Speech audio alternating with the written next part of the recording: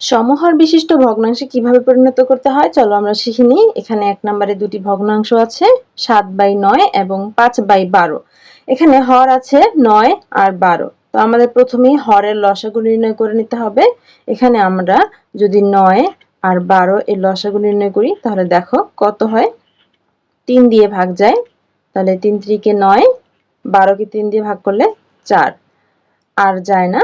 এখন 3 3 4 এগুলো গুণ করলে 3 × 9, 9 আর 4 গুণ করলে 4 9 36, অর্থাৎ লসাগু হচ্ছে 36। এখন আমরা এই 36 কে এই উভয় ভগ্নাংশের হর দিয়ে ভাগ করব। অর্থাৎ এই 36 কে প্রথমে আমরা 9 দিয়ে ভাগ করব, প্রথম ভগ্নাংশের হর 9 দিয়ে ভাগ করব। তারপরে আমরা এই 36 কে দ্বিতীয় ভগ্নাংশের হর অর্থাৎ 12 দিয়ে ভাগ করব। এখন ভাগ করলে কত হয়, ভাগফল দেখো তো। 9 দিয়ে 36 কে ভাগ করলে 4 9 36, 4। 36 কে 12 দিয়ে ভাগ করলে 3 12 36, অর্থাৎ 3। এখন আমরা এই ভাগফল দিয়ে গুণ করব। কাকে গুণ করব? এই 4 দিয়ে প্রথম ভগ্নাংশটা গুণ করব, অর্থাৎ এই হরটা যেই ভগ্নাংশে ছিল সেই ভগ্নাংশটা গুণ করব। প্রথম ভগ্নাংশ হচ্ছে 7/9।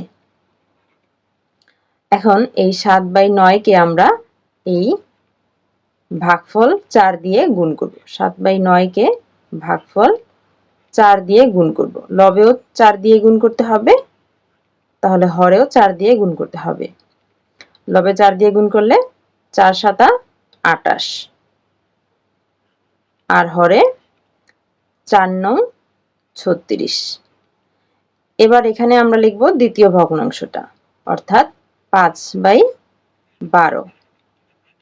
এখন এই দ্বিতীয় ভগ্নাংশটাকে আমরা কি দিয়ে গুণ করব?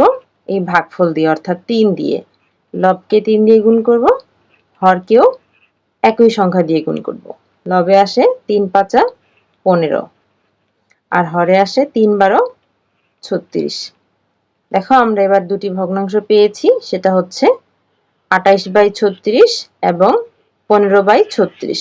এই উভয় ভগ্নাংশের হর কিন্তু একই, সমান, অর্থাৎ সমহর বিশিষ্ট ভগ্নাংশে আমরা রূপান্তর করেছি। এখন 2 নাম্বার, 2 নাম্বারটাও করে ফেলি চলো। 2 নাম্বারে এখানে হর আছে 4 আর 7। 4 আর 7 যেহেতু এদের কোনো সাধারণ গুণিতক নাই, তাহলে আমাদের 4 আর 7 এর লসাগু কত? 28, গুণ করে ফেলতে হবে। 4 7 28। এখন আমরা এই 28 কে প্রথম ভগ্নাংশের হর 4 দিয়ে ভাগ করলে কত আসে? 4 7 28, 7। আর 28 কে দ্বিতীয় ভগ্নাংশের হর 7 দিয়ে ভাগ করলে কত আসে? 4 7 28, অর্থাৎ 4। এবার আমরা যদি গুণ করি, প্রথম ভগ্নাংশটা আছে 3/4, 3/4। প্রথম ভগ্নাংশের লব এবং হর উভয়কে ভাগফল দিয়ে গুণ করতে হবে। ভাগফল কত ছিল? 7, 7 দিয়ে গুণ করি, তাহলে লবে আসে 3 7 21, আর হরে 4 7 28। এবার দ্বিতীয় ভগ্নাংশটা এখানে লিখতে হবে 5/7। এখন লব এবং হর উভয়কে আমাদের গুণ করতে হবে এই ভাগফলটা দিয়ে, অর্থাৎ 4 দিয়ে। এখানে 4, হরেও 4 দিয়ে গুণ করতে হবে। এখন আমাদের লবে কত আসে? 4 আর 5 গুণ করলে 4 5 20, আর হরে আসে 4 7 28। এখানেও আমরা দুটি ভগ্নাংশ পেয়েছি। এই যে এই ভগ্নাংশ থেকে নতুন একটা ভগ্নাংশ পেয়েছি, আবার এই ভগ্নাংশ থেকে নতুন একটা ভগ্নাংশ পেয়েছি। এই নতুন ভগ্নাংশ দুটির হর সমান, অর্থাৎ উভয় ভগ্নাংশের হর কি? একই। এখানেও 28, এখানেও 28। আশা করি বুঝতে পেরেছো। যারা আমাদের অনলাইন ক্লাসে ভর্তি হতে ইচ্ছুক তারা কমেন্টে কমেন্ট করতে পারো, অথবা আমাদের ফেসবুক পেজে মেসেজ করতে পারো, অথবা আমাদের হোয়াটসঅ্যাপ নাম্বারে যোগাযোগ করতে পারো।